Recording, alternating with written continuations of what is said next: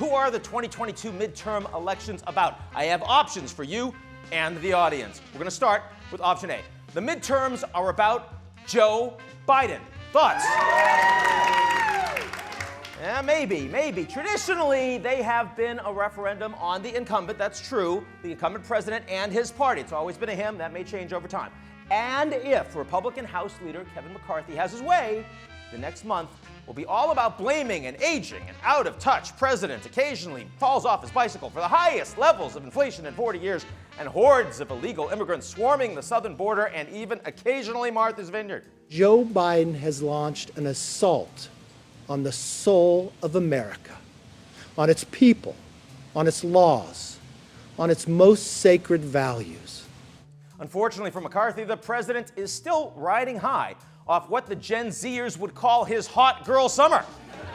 He has, with the passage of multiple pieces of landmark legislation over the past months, a popular executive order on student loan forgiveness, though it does have some detractors, not to mention falling gas prices until at least the Saudis had something to say about it, and a booming job market.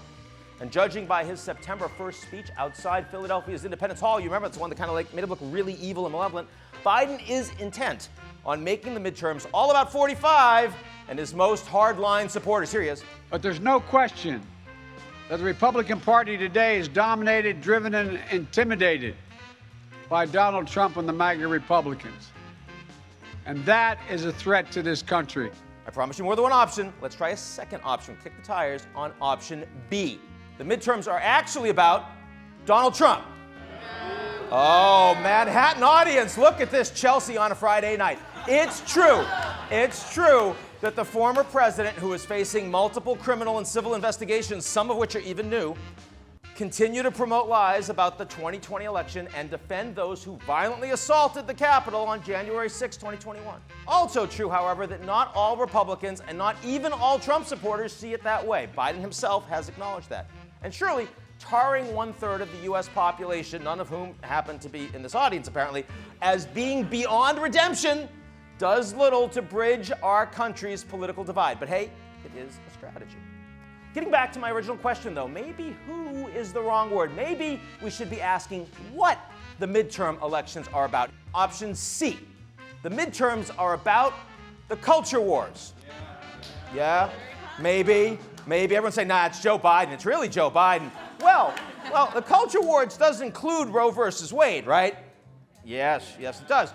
Start with a series of horrific shootings this spring and summer, put gun control front and center. That is, until the Supreme Court overturned Roe versus Wade, and with it, nearly 5 decades of abortion law. That is a lot to digest. And don't forget a generational divide on gender rights, and of course, MMA-style PTA meetings, that's like cage fighting over critical race theory, whatever that is. Will that be enough to get voters out to the polls? Regardless of who or what the midterms are about this year, one thing is clear. The global stakes are plenty high. We wake up every morning to news of democracy under attack, whether it's Russia's unprovoked invasion of Ukraine or China's tightening grip on Taiwan. And you better believe that as American voters are heading to the polls on November 8th, our allies and our adversaries alike will be watching closely to see how healthy our own democracy is.